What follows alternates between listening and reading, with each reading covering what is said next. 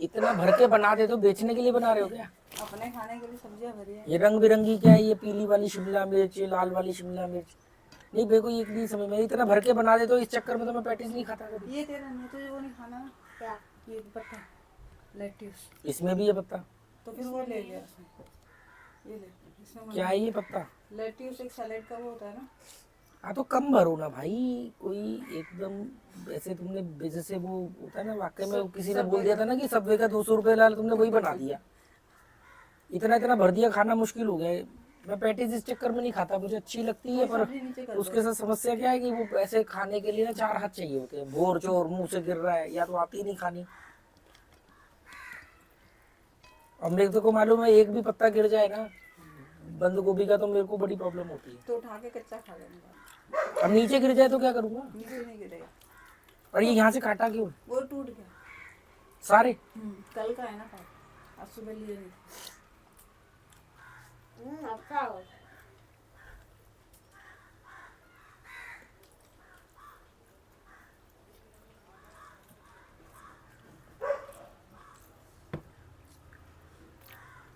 Sandwich ने हमेशा ताजे पाउडर बनाए थे।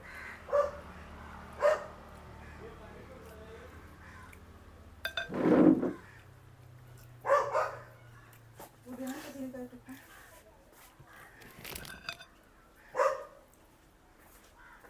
तो ले ले।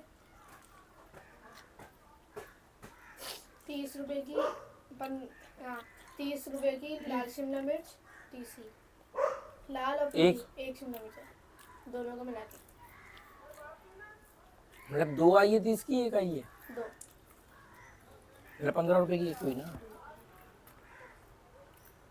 मैंने पहले एक बड़ी वाली पीले शिमला मिर्च वो वेट में डाला, उन्होंने कहा 20 रुपए। मैंने कहा नहीं ज़्यादा हो, तो मैंने कहा सिर्फ पास्ता के लिए चाहिए, तो पास्ता के लिए ली थी, तो छोटा सी शिमला मिर्च ली, तो उन्होंने कहा 15 का हो रही है, 10 के लगा, तो मैंने कहा लाल शिमला मिर्च भी एक ले लें, तो फिर आंटी ने दोनों को मिला के 30 कहाँ से ली? हमारे स्कूल का जो सब्जी की दुकान है वहाँ से। सामने जो है। हाँ रात से नीचे बदल रहा है। अभी ना इधर कुछ दिनों तक, मतलब कुछ महीनों तक जरा सांप निकल रहे थे, तो इधर ध्यान रखना। कल भी एक सांप देखा था, मतलब 5-6 फुट लंबा था, वो बीच में ऐसे लेटा हुआ था। और एक अभी भी सुबह यशिका चिल्ला रही थी ना पहल पहल, तो वो एकदम घबरा के एक बड़ा सा सांप देखा होगा उसने। क्या हो, क्यों निकल के आ रहे हैं? क्योंकि सांप तो यहाँ सैकड़ों हैं, पर अभी क्यों निकल के आ रहे हैं? क्योंकि रात को हो जाती ठंड, तो ये धूप सेकने के लिए, बॉडी को गर्म करने के लिए सांप हमेशा धूप में निकलते हैं और कुछ नहीं करते, धूप में पड़े रहते हैं। पर ये कि बाई चांस तुम डर गए और तुमने पैनिक करके या गलती से उसके ऊपर पैर रख दिया, तब वो अटैक कर सकते हैं। ये जरूरी नहीं कि अटैक करेंगे, हो सकता है भाग भी जाए।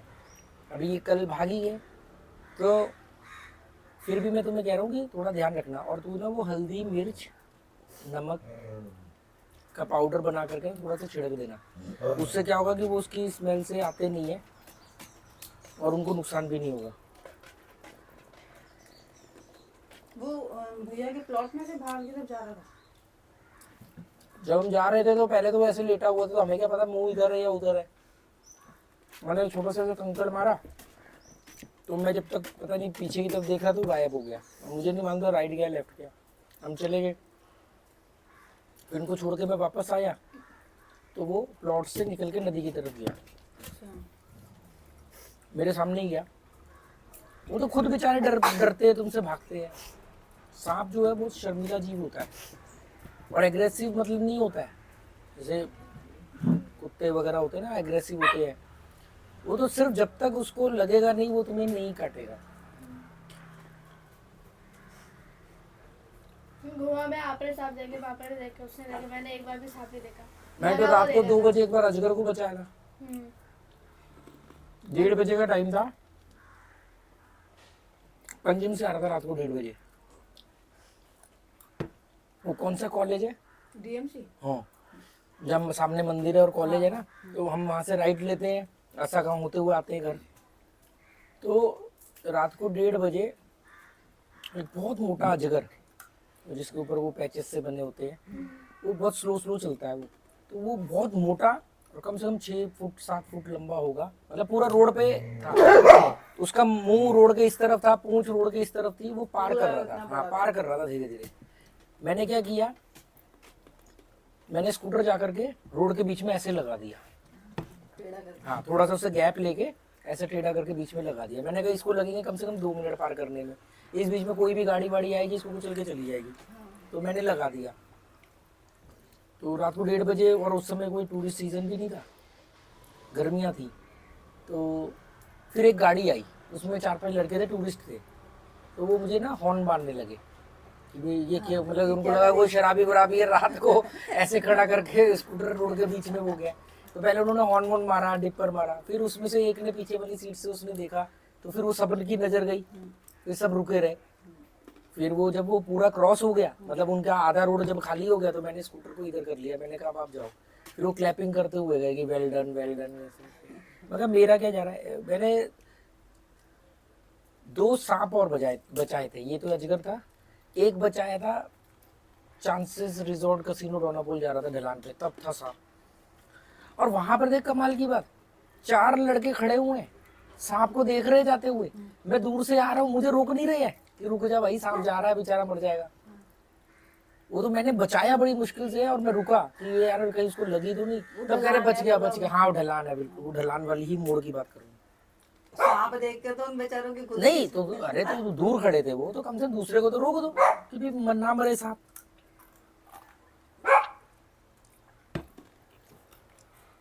और एक सांप तो तब बचा था जब हम नए नए आए थे। हाँ।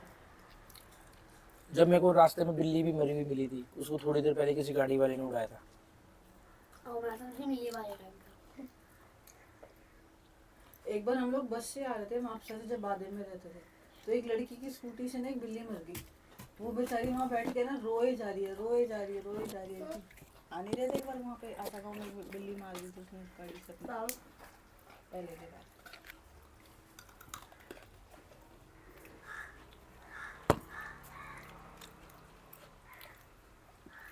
मैं स्कूटर ना 30 या 40 से ऊपर चलाता नहीं हूँ, पर उस दिन ढलान की वजह से या ओवर कॉन्फिडेंस की वजह से, पता नहीं क्यों उस दिन मेरा स्कूटर तेज था। जब डोनापोल पे बचा था सांप, उसके बाद मैंने एक फैसला किया कुछ भी हो जाए स्कूटर तेज चलाना ही नहीं है। वैसे मैं चलाता भी नहीं, पर उस दिन तेज था, मेरी गलती थी।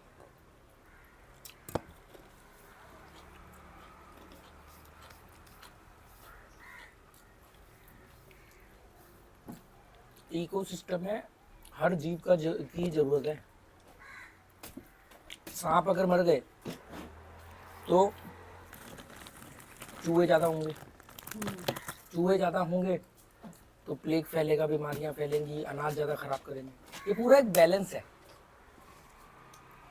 मोर को संरक्षित पक्षी को घोषित किया, फिर चलो राष्ट्रीय पक्षी तो था ही था, लोग मोर को भी मार रहे थे। मोर, सांप की क्वांटिटी ना बढ़े इसलिए मोर या बाज या चील होते हैं, चूहे की क्वांटिटी ना बढ़े इसलिए सांप होते हैं।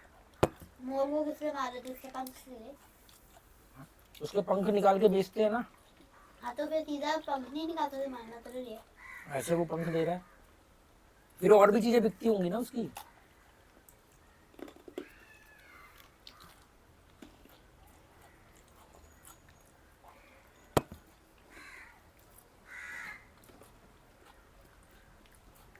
मेरे पास हम लोग इसे खाना तो खाया, मैं इसके बाद फिर इंडिया की हालत ज्यादा खराब है, क्रिएटिविटी नहीं है इंडिया में। जिनमें है थोड़ी बहुत, वो क्या करते हैं, उनको बाहर की कंपनियां पिक कर लेती, मतलब बाहर के देश पिक कर लेते हैं। और जो भीड़ है, हम कहते हैं हम युवा देश है, युवा देश है, उनमें तो क्रिएटिविटी है ही नहीं। एक सिंपल पूरे हिंदुस्तान की भीड़ का अगर हम एक मोटा मोटा भीड़ का आकलन करो तो उनका एक ही फंडा है, पढ़ो लिखो नौकरी करो, पढ़ो लिखो नौकरी करो। और जितने भी गांव खेड़ों में चले जाओ तुम, बिहार यूपी, यहाँ तो बच्चा डीएनए में सपना लेके पैदा होता है सरकारी नौकरी का। मैंने इतने आर्मी वालों से बात करी, जो आर्मी मतलब जो डिफेंस में है, चाहे वो पैरामिलिट्री फोर्स हो या आर्मी हो, पैरामिलिट्री फोर्स होते हैं। वो होता है मतलब जैसे CISF वगैरह, जो CRPF CISF। तो मैं उनसे पूछा, मैंने कहा अच्छा आपकी मतलब कैसे आए आप इसमें जॉब में? तो उनके मेन 3 कारण निकले। एक कि हमारे घर में ऑलरेडी लोग डिफेंस में थे इसलिए हम आए। एक ने बोला कि यार मेरे वो भाई, एक में वो गुजरात का मिला था बंदा ट्रेन में, तो उसने बताया था, कह रहा मेरे पापा, मेरा बड़ा भाई जो था वो पुलिस में लग गया था, तो एक छोटा भाई भी पता नहीं कहाँ था, तो मेरे को भी एक गवर्नमेंट जॉब में लगना था, तो ये भर्ती निकली थी, मैंने भर दी। एक कारण। दूसरा कारण क्या था उनका, ये सबसे बड़ा जो रीजन निकल के आया जब मैं उनसे पूछता था, तो वो कहते थे गवर्नमेंट जॉब तो चाहिए थी, तो इसको थोड़ा सेफ और सिक्योर होता था, और फिर यंग एज में थोड़ा बॉडी बिल्डिंग वगैरह का शौक होता है, हाँ। तो चलो जी आर्मी में जाएंगे, CISF में जाएंगे, मतलब किसी में भी। और ऐसा नहीं कि आर्मी में ही जाना है, अगर आर्मी में नहीं हो पाया तो CISF मतलब पैरामिलिट्री फोर्सेस किसी में भी चले जाएंगे, मतलब गवर्नमेंट जॉब में जाना है। वहीं पर एक दूसरी युवा भीड़ तैयार हो रही होती है जिनको इंजीनियर बनना होता है, या IAS के लिए तो समझ ले 6-7 लाख लोग तैयारी करते होंगे। हर साल। हाँ, और सीट्स कितनी है? 1000-1200 कलेक्टर बनने के लिए 5-7-10 लाख लोग तैयारी करते हैं। पर अच्छी बात इसमें ये है, पर जो अच्छी हो नहीं पा रही कि भाई ठीक है बनेंगे तो 1000 ही IAS, पर कम से कम 5-7 युवा लड़के UPSC की पढ़ाई तो कर रहे हैं, तो उनको तो चलो वो कलेक्टर भले ही ना बन पाए, IAS ना बन पाए, पर समाज में तो है ना, तो वो अच्छी बातें तो फैला सकते हैं, पर नहीं हो रहा। वो कहते हैं हमारी अरे पढ़ाई जो बन गए हैं वो कितने IAS ऑफिसर नहीं पकड़े जाते यार, बड़ी बड़ी रिश्वतखोरी या तानाशाही में या सरकार की चापलूसी करते हुए। कुछ एक ऐसे हैं जो अपनी ईमानदारी का डंका बजवा रहे हैं अपनी पॉपुलैरिटी करके सोशल मीडिया पे, जबकि ये रूल के खिलाफ है। अगर आपकी सरकारी नौकरी लगी है और आप ये इस बात का डंका पीटते हो कि मैं तो ईमानदार हूँ, मैं तो रिश्वत नहीं लेता, तो आप इसका डंका पीट ही नहीं सकते, ये तो अभी ड्यूटी है। क्योंकि ये तो आपकी ड्यूटी है कि आपको रिश्वत नहीं लेना है। हाँ। आपने शपथ पत्र साइन किया है, आपको सिखाया गया कि आपको करप्शन नहीं करना है। आप कह रहे हो देखो मैंने करप्शन नहीं किया, मेरी तारीफ करो। एक क्या, आप तो कई IAS ऑफिसर हैं जिनके YouTube चैनल है, जो अपनी ड्यूटी पर होते हुए, ड्यूटी करते हुए के वीडियो बनवाते हैं और डालते हैं। ये सीधा सीधा अपने पद का लाभ लेना है अपनी प्रसिद्धि के लिए। पद का लाभ का मतलब सिर्फ पैसा इससे ही नहीं होता, रिश्वत से नहीं होता। आप भाई अगर आपने जाके कुछ अच्छा काम किया जो कि आपकी ड्यूटी के दायरे में आता है, अच्छा काम करना, आप उसको कैश कैसे कर सकते हो? किसी ने उस अच्छा काम करने के नाम पे पैसा लिया, किसी ने उसके अच्छा काम करने के नाम पे पब्लिसिटी ले ली, बात तो एक ही है ना।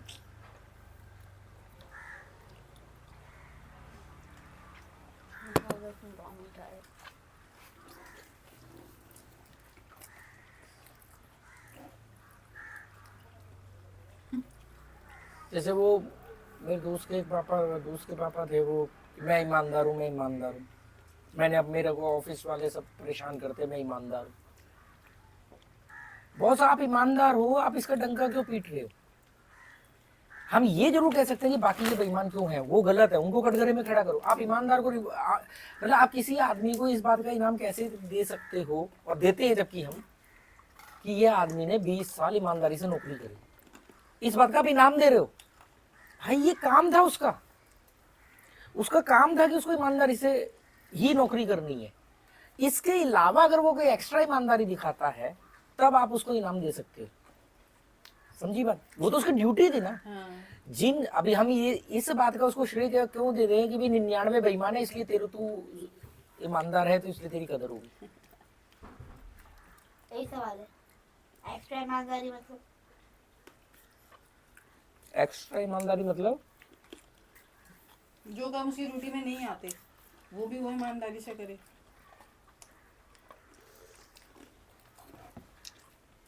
जैसे कोई आदमी गवर्नमेंट जॉब में है, उसके रूल होते हैं जो उसको ये काम करने हैं, ये उसके काम है। अब रूल के हिसाब से चल रहा है तो किसी आदमी का काम अटका पड़ा है, वो उसका भला करने के लिए अपने रूल को फॉलो करने का बाद एक्स्ट्रा एफर्ट करके भी किसी का काम कर रहा है बिना किसी स्वार्थ के, तो हम कहेंगे ना कि अच्छा आदमी है, क्योंकि वो तो कहेगा भाई मैं तो रूल के हिसाब से चल रहा हूँ। आप रेलवे स्टेशन पर रेलवे इंक्वायरी जो काउंटर होता है उसको बोला जाता है पॉइंट टू पॉइंट जवाब देना। वो पॉइंट टू पॉइंट अगर जवाब देने पे आ जाए तो आपको कई बातें नहीं समझ में आएंगी, और ज्यादातर होते भी ऐसे जो पॉइंट टू पॉइंट बात। कुछ एक ऐसे होते हैं जो आपको कई बार जैसे देखते हैं यार बहुत बुजुर्ग है या कोई बिल्कुल ही अनपढ़ गांव का व्यक्ति है, उम्रदार है, नहीं समझ पा रहा, तो वो उसको एक मिनट एक्स्ट्रा देके डिटेल में समझाते हैं। जबकि वो कायदे में बोल सकता है कि भाई इतने नंबर प्लेटफॉर्म पे आएगी, या कोई भी इंफॉर्मेशन शॉर्ट में दे सकता है और आप उसको गलत नहीं कह सकते। पर फिर भी वो देखता है कि यार यार लेडीज है, बच्चे साथ में हैं, या बुजुर्ग है, या कोई गरीब व्यक्ति है, तो वो अगर वहां पर जाकर, तो उसको बोलते हैं एक्स्ट्रा आपने एफर्ट किया। इस बात का आप उसको शाबाशी दे सकते हो कि भी ठीक है, अगले ने अपनी ड्यूटी को ढंग से किया। पर हम क्या कर रहे हैं ना, एक्चुअली में हम ये प्रमोट कर रहे हैं कि आपने कोई तोप चला दी। अब क्या हो रहा है, इससे उल्टा करप्शन बढ़ रहा है। हमने ना उनको एक्सेप्शन बना दिया।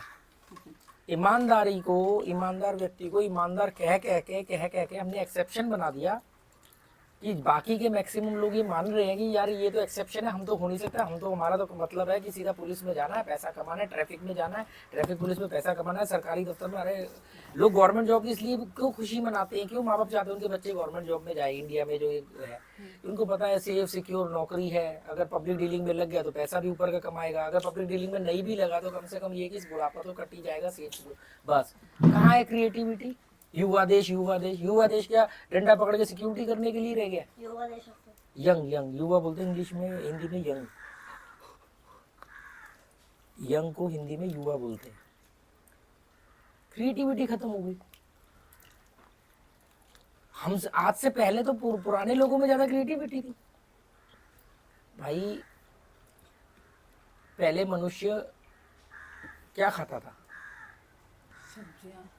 उससे भी पहले क्या खाता होगा? जब सोचो ना, जब मनुष्य की तरफ बढ़ रहा था, सेफियन होमोसेफियन था, तब क्या खाता होगा?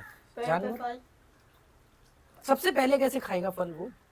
जब वो खुद ही जानवर था, तो वो पहले जब हमने जब जो वैज्ञानिकों ने निकाले तर्क, वो ये निकला कि पहले मनुष्य मांस खाता था, कच्चा मांस खाता था।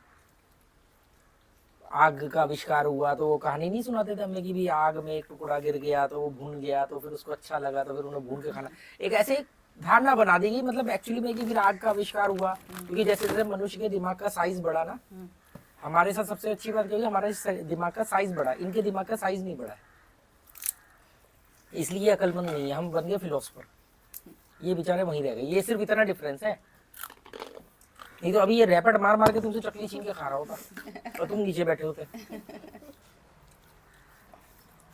तो जब मांस खाता था, जानवर कम होने लगे, आदमी बढ़ने लगे। अब क्या खाएगा?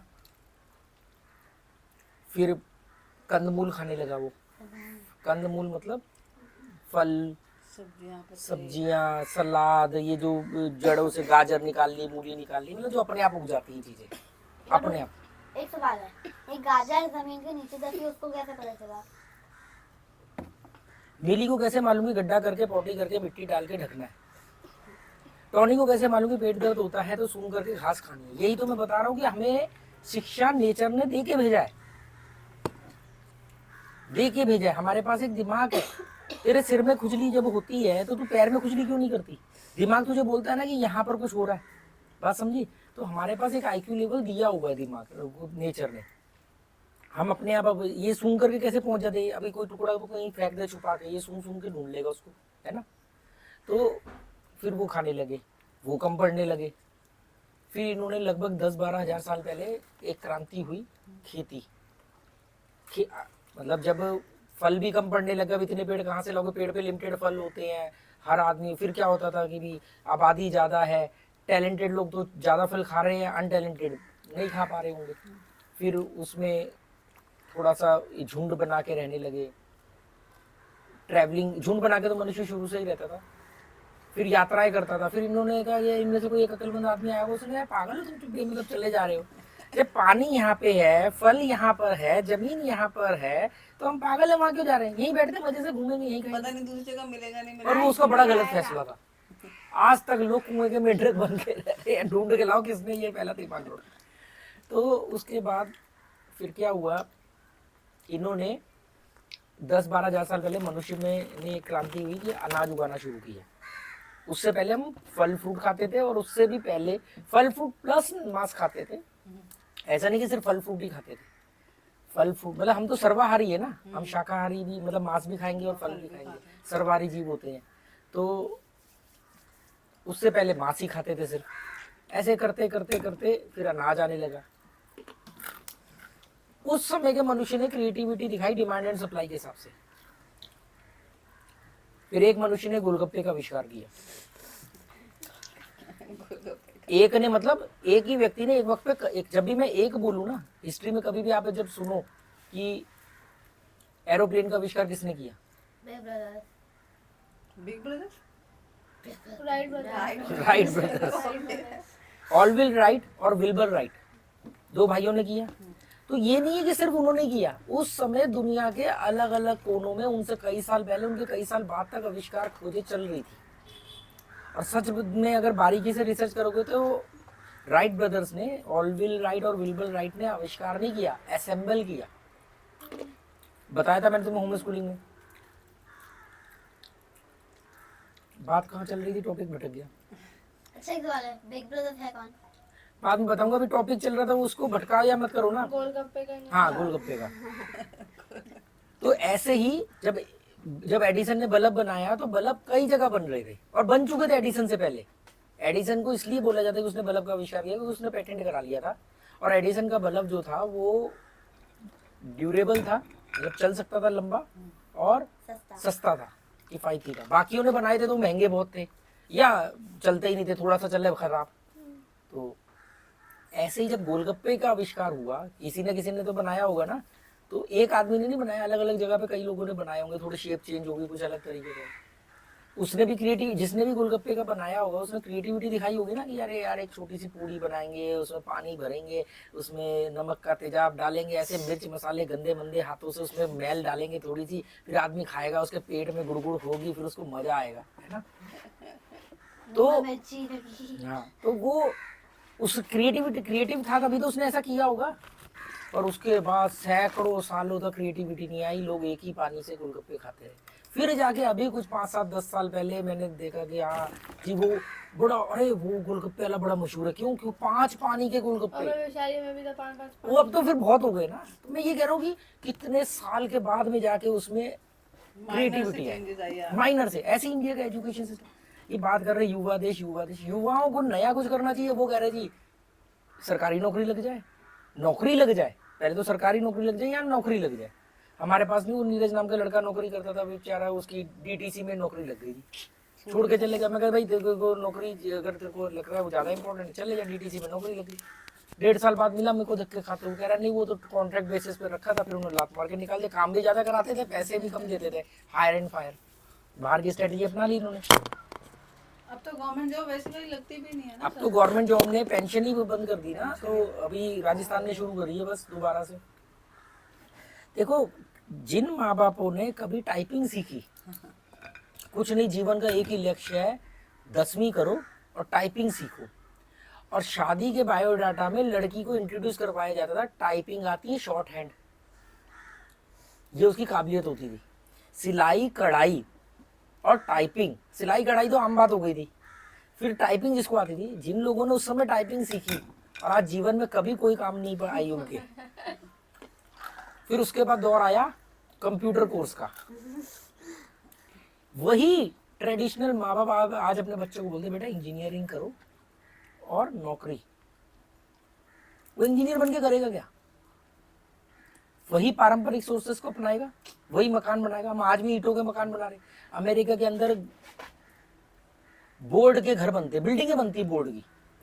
जो बाइसन बोर्ड अब आया, जिसका हमने ऊपर फ्लोर बनाया है, वो बाइसन बोर्ड इंडिया में अपना ही नहीं सकते, क्योंकि टक टक टक आवाज आ रहा है, अरे तो गत्ता है, होल नहीं कर सकता वो, उसमें गोली मार दो आर पार नहीं जाएगी, इतना मजबूत मोटा होता है। तो यार ये ईंट नहीं है, तो दिमाग में क्या है, ईंट, सीमेंट, पानी, वो गंदगी, वो बजट ज्यादा आना, वो लेबर आ रही है, मकान 6 महीने में बन रहा है, वो रस चले जाएगा ना जीवन से। स्कूलों में पढ़ाते भी तो ना, घर किससे बनता है, ईंट, सीमेंट, आयरन की। अब पढ़ाए ना, मैडम को बोलना कि मैडम नहीं, ये घर और भी कई तरीकों से बनती है। अमेरिका के अंदर कैलिफोर्निया में बिल्डिंग्स बन रही है, सोसाइटी बन रही है, 6 महीने के अंदर पूरी सोसाइटी तैयार, 6 महीने के अंदर, बिना पानी। लोहे के गार्डर लाते हैं, सीधा उसको खड़ा करते हैं, नट से कसते हैं, उस पर बोर्ड लगाते हैं, 6 महीने में पूरी सोसाइटी तैयार कर देते हैं, लोग रहते हैं। यूरोप के अंदर आज भी यूरोप के अंदर आज भी बाहरी स्ट्रक्चर बनाते हैं मोटा ईंटों का, मजबूत, और अंदर के स्ट्रक्चर बनाते हैं बाइसन बोर्ड के।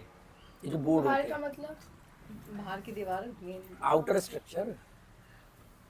मतलब हम ना टेक्निक को अपनाने में ना हम इतना वक्त ले लेते हैं। ऐसा नहीं, अब इंडिया में बाइसन बोर्ड यूज हो रहा है, आज भी नोएडा में कितने मॉल बने हुए हैं, कितनी बिल्डिंग पूरी शीशे की बनी हुई है, सीमेंट का काम ही नहीं है उसमें। जो वहाँ जा रहे हैं उन्हें मालूम भी नहीं होगा। गुड़गांव के अंदर कितनी बिल्डिंगें बनी हैं जो सिर्फ लोहे के फ्रेम के ऊपर खड़ी हैं और शीशे लग गए, बन गई बिल्डिंग। बीच में उन्होंने पार्टीशन डाल के कैबिन बना दी, ऑफिस बना के किराए पे दे दिया। नोएडा में है, गुड़गांव में। और किसी को बोलो घर बनाने को, नहीं यार ईंट ही चाहिए, ईंट, वो भट्टे की ईंट चाहिए, ईंट भट्टे की, चटका नहीं चाहिए, 6 रुपए वाली ईंट चाहिए। अरे यार कहाँ गई तुम्हारी क्रिएटिविटी? युवा युवा चाय डालोगे, खाली यही बोलते रहोगे जी हमारे वेद सबसे पुराने हैं और हमने दुनिया को जीरो दिया है। दुनिया को जीरो देते देते खुद जीरो हो गए। आज भी मैंने जब वो, अरे यार आपने तो बहुत बढ़िया बना दिया, अरे तो बड़ा सस्ता जुगाड़ है, तो बिना मतलब लेबर ही नहीं लगी, पानी सीमेंट की जरूरत ही नहीं पड़ी। बोरियां तो ऊपर चढ़ी नहीं। हाँ, तुमने कैसे बना लिया ऊपर का फ्लोर? अब मैं बोलूँगा तुम भी बना लो, हाँ हम भी बनाएंगे, हमें बनाने आएंगे तो फिर लेकर के बैठ गए ईंट सीमेंट। क्योंकि ये नहीं अपनाएंगे, ये तब अपनाएंगे जब वहां पे आउटडेटेड हो जाएगा। हम उनकी झूठन अपनाते हैं, जब वो छोड़ देंगे ना, छोड़ देंगे तब भी वो, तब हम यहाँ पर अपनाएंगे और फिर कहेंगे देखो क्रांति आ गई, क्रांति क्रांति आ गई।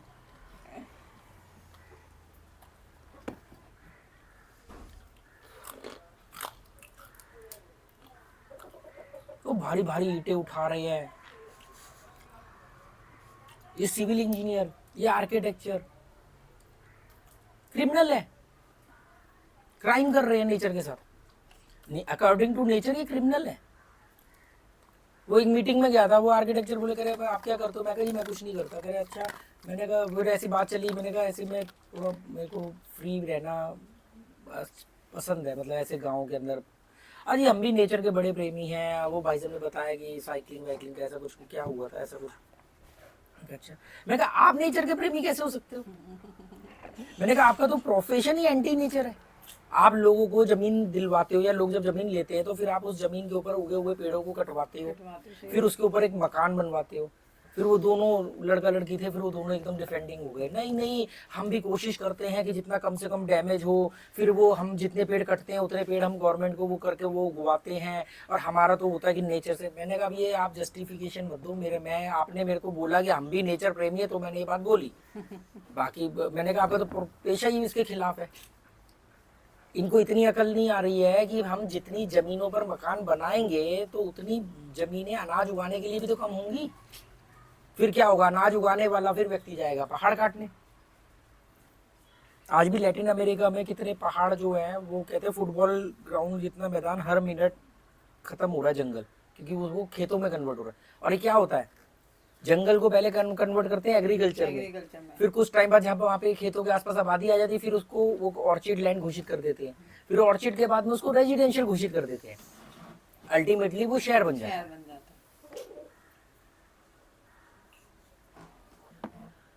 और कहीं कोई पैदा हुआ, खाया पिया, बूढ़ा हुआ, शादी ब्याह करे, अपने बीवी बच्चों के मर गए, उसे क्या लेना देना कहाँ पेड़ कट रहा है, कहाँ नेचर तबाह हो रहा है। उसे तो यार रशिया कब यूक्रेन पर न्यूक्लियर हमला करेगा मुझे ये देखना है।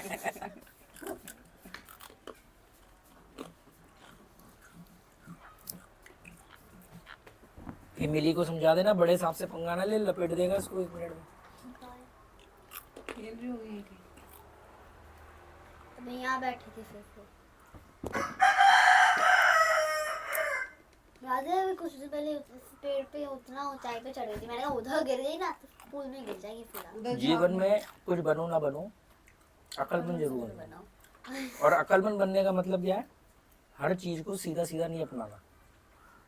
मैंने ये बातें बोली तो इसको ये मतलब नहीं कि मैंने बोली तो सही है, उसको खुद भी रिसर्च करो, समझो।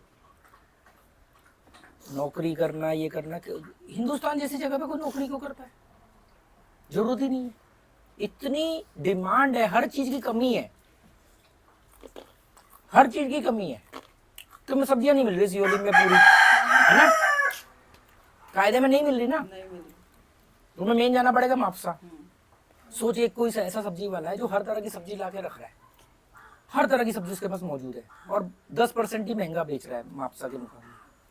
3 महीने के अंदर यहाँ पे 1 लाख की आबादी को मालूम पड़ जाएगा कि इसकी दुकान पे अगर चलेगा तो हर तरह की सब्जी अवेलेबल होगी। 3 महीने मालूम पड़ जाएगा। वही आदमी ये बोले कि यार रोजगार नहीं है यार भारत में।